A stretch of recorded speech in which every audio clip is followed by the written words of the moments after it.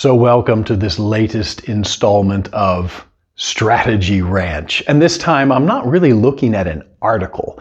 I'm looking at something that you probably have read in strategy articles, but it's more of a model. And I'd like to explain that to you and show you how you could actually use this in your team in order to map out decision making in a change or make a strategy. So we'll start with two axes. The one axis is the level of agreement, and it runs as the higher you get, the less agreement there is. So at the bottom, there's complete consensus, and at the top, no one can agree on anything.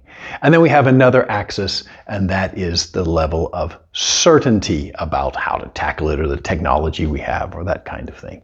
So again, the low is we know exactly what we need to do, and high is no one has any idea. Maybe the technology doesn't even exist. So as an example, you're going to put two boards together and you say, I have a nail and a hammer. And everybody says, yes, we have to put the two boards together, and the nail and the hammer, everybody gets the technology, and you hammer that nail in and bang, Bob's your uncle, you're done. Now, with any sort of two axes matrix, okay, any consultant tool that's got only two axes, well, the old adage, all theories are wrong, some theories are useful, should be on the front of our minds. You can prove any damn thing with a two axes matrix. So we have to be a little bit careful. But I think there are some insights here from good old Ralph Stacey that can really help us if we're doing a strategic change, or we are, trying to get a better handle on how we need to make decisions about the challenges that are facing our team. So let's start here at the bottom. These are simple decisions. Everybody agrees, or nearly everybody agrees, and the technology with which to do it is really, really clear. So this is the realm of straight up and down, effective, efficient management. Just get the job done and you're finished.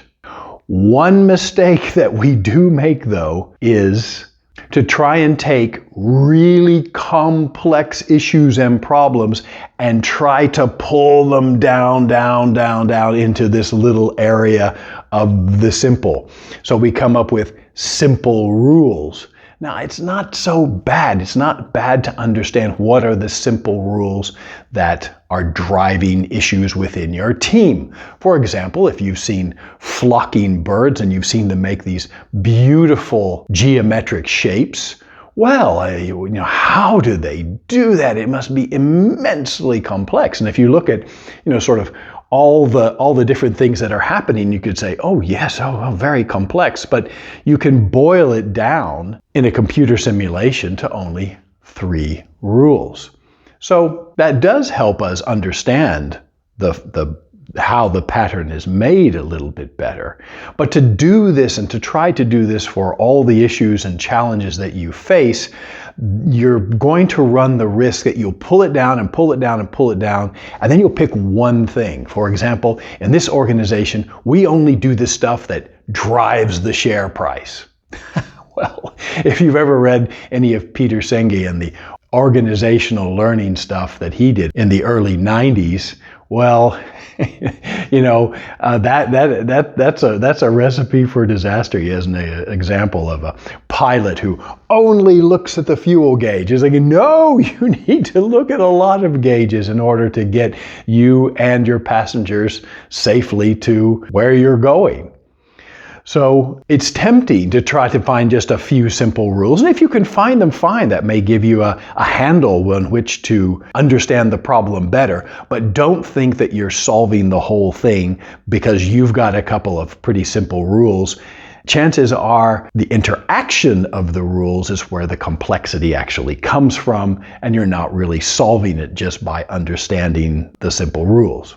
We go from the simple, and the next level is the complicated. And the complicated is, well, we're not really sure about the technology.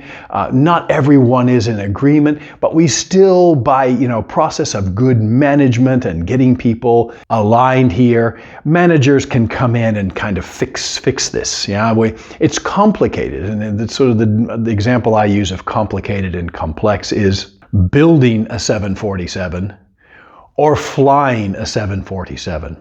And of course, if you're building a 747, you've got the blueprints and I give you a screwdriver and you could do it eventually, all right? Flying a 747 in sort of hurricane crosswinds and all the dials and things and all the things you've got to pay attention to, all the processes that have to be going on in your head simultaneously, wow, that is really complexity. And so that's the difference between complicated. It's straightforward. It's difficult because there's a lot to think about, but it's straightforward and we can do it, and we can do it with efficient and effective management. And complexity, where we need to have intuition here. We need to have a certain level of leadership, and this is where you do start to get into the leadership aspects. When is it complex? But we're not there yet. So with complicated, we're not really sure about the technology. We're not really sure. We're not certain about how to fix it. And we don't have complete agreement on what we should do and how we should do it and all of that. So, and then we move into this complexity area, and we're moving, and the higher we get, out here we've got chaos when nobody agrees on anything and we haven't got the foggiest idea about how we would solve it. That's the area of chaos. There you need a knight on a white horse to come in and say, we're going this way, and you just think, okay. Those are the moments when you really need somebody to say, everyone follow me now. Here, not only do we need leadership, but this is also the domain of diversity. And I don't mean that horrifying diversity of skin color and whether you're a man or a woman and that kind of thing. No. The promise of diversity is in perspective taking. Now, the biggest area of perspective taking, of different perspectives, is in how you think. If we can measure this with personality assessments. So getting people who think in different ways, and this is why, you get a multifunctional team. So you've got the purchasing people, you have the finance people, you have the operations people, you have the sales and marketing people, and they're bringing in perspective. And again, it doesn't have anything to do with the color of your skin.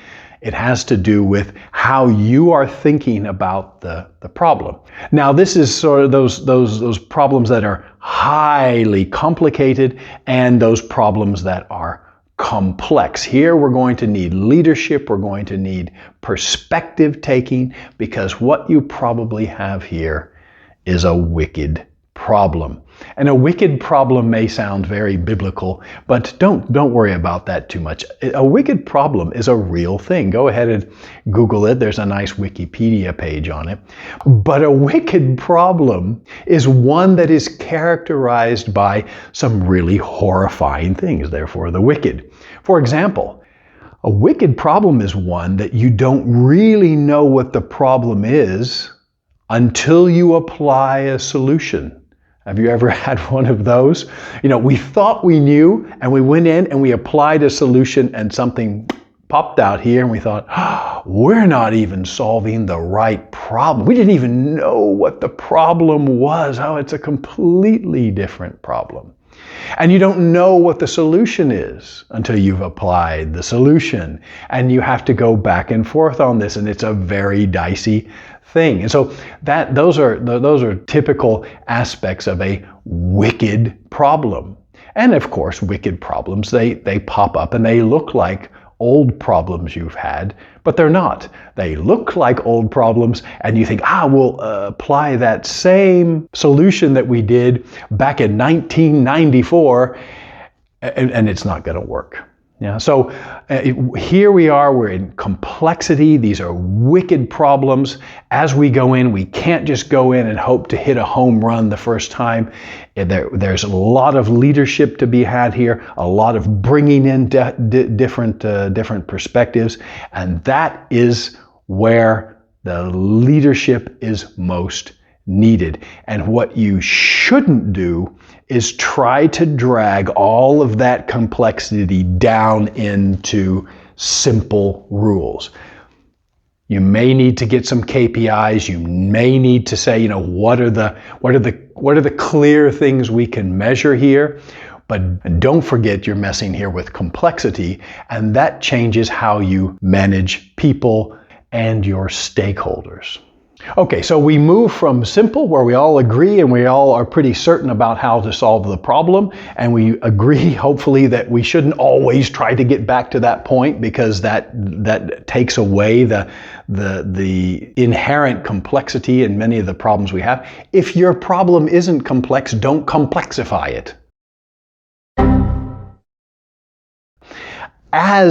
As the certainty and the agreement start to get a little bit wobbly, we don't have as much agreement, we don't have as much certainty, that this becomes a bit complicated. And here's where we start to see that management, efficient and effective management, starts to lose its efficiency and effectiveness. And now we're looking for more leadership, managers doing things right, and leaders doing the right things. Yeah, so now we're in a higher abstract level of strategy, of ethics, of vision, of mission, and where we want to go, and what the right thing to do is. So we move from simple into the complicated, and as we move from complicated into complex, and of course way out here is just total chaos, so we don't want to be there. But as we move from complicated to complex, this is the area of leadership, and here we need the diversity of perspective taking, and that means you're probably dealing with wicked problems. So how would you actually use this in your team? Well, that's a really good question. Let's take a look. So my advice here is going to be to use something from red teaming. Red teaming are ways of looking at a problem from the outside and really getting bringing in the diversity of perspective. And this is very good, especially if you have introverts in your team, because it starts with introversion. So let's start there. So the actual name of the tool is called 1, 2, 4. But I can get ones in groups and I can get twos in groups, but very often I can't get the two twos. Yeah, that's the 4. And so I've had a group of 3, or we have a group of 7 in a team or something like that. So I call it 1, 2, more. Yeah. But we start out with one person, and that one person should be writing down the top 3 challenges, the top 3 issues for this team or this organization, and plotting them on the graph.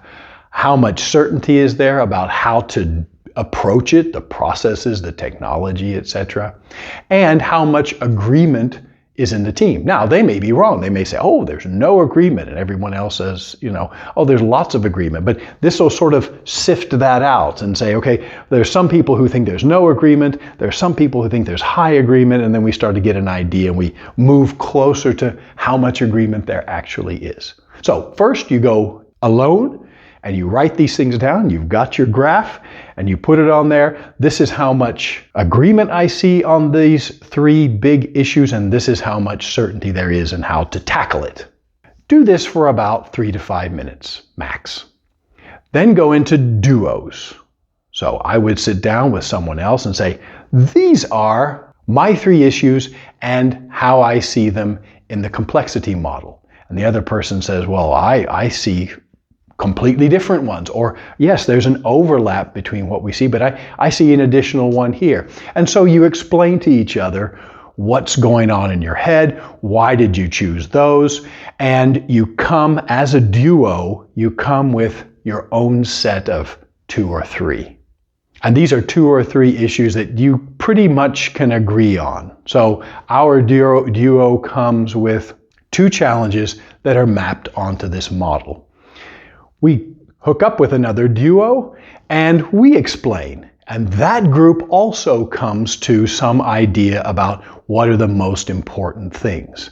So first phase, 3 to 5 minutes. Second phase, you probably need at least 10 minutes for them to have a good conversation.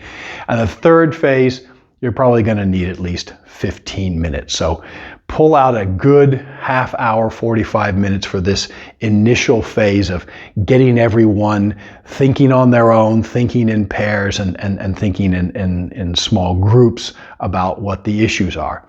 Now, those groups of 4 should come with 3 to 5 issues. No more than that. And I always go for the lower and, come out of the individual phase with 3 issues, come out of the duo phase with 2 issues, come out of the small group phase with 3 issues. It makes it all much more manageable. But maybe you've got lots of things on the boil, so I don't limit it because I'm looking at it from a process point of view. Now, once these small teams have their ideas, they should go up to a whiteboard or a flip over and just draw this on there and say, these are the issues we see, this is where they are on agreement, this is where they are on certainty, and this is why we think that.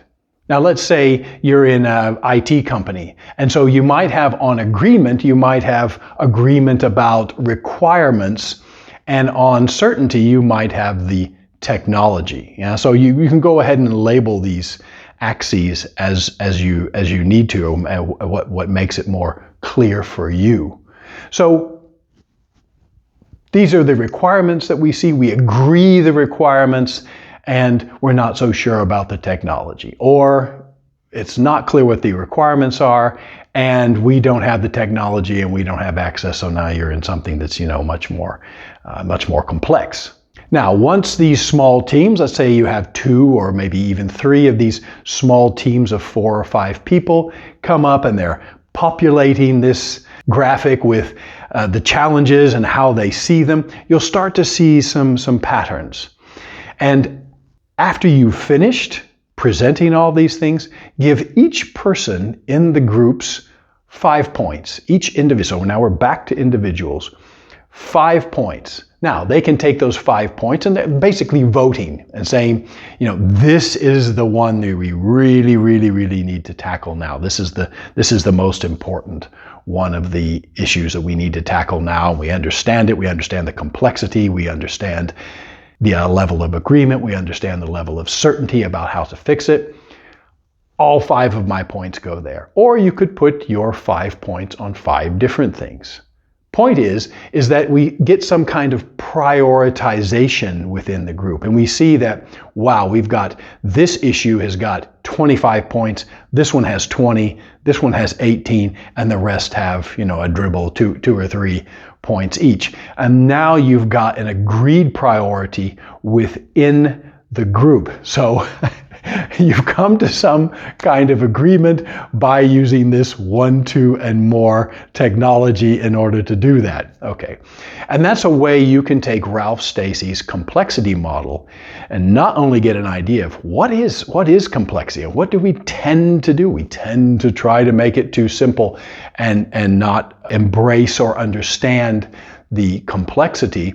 And there's a moment when we need the diversity of opinion and diversity of perspective. And there are times when we just need a manager to hammer out what we already know is the correct way to approach this problem.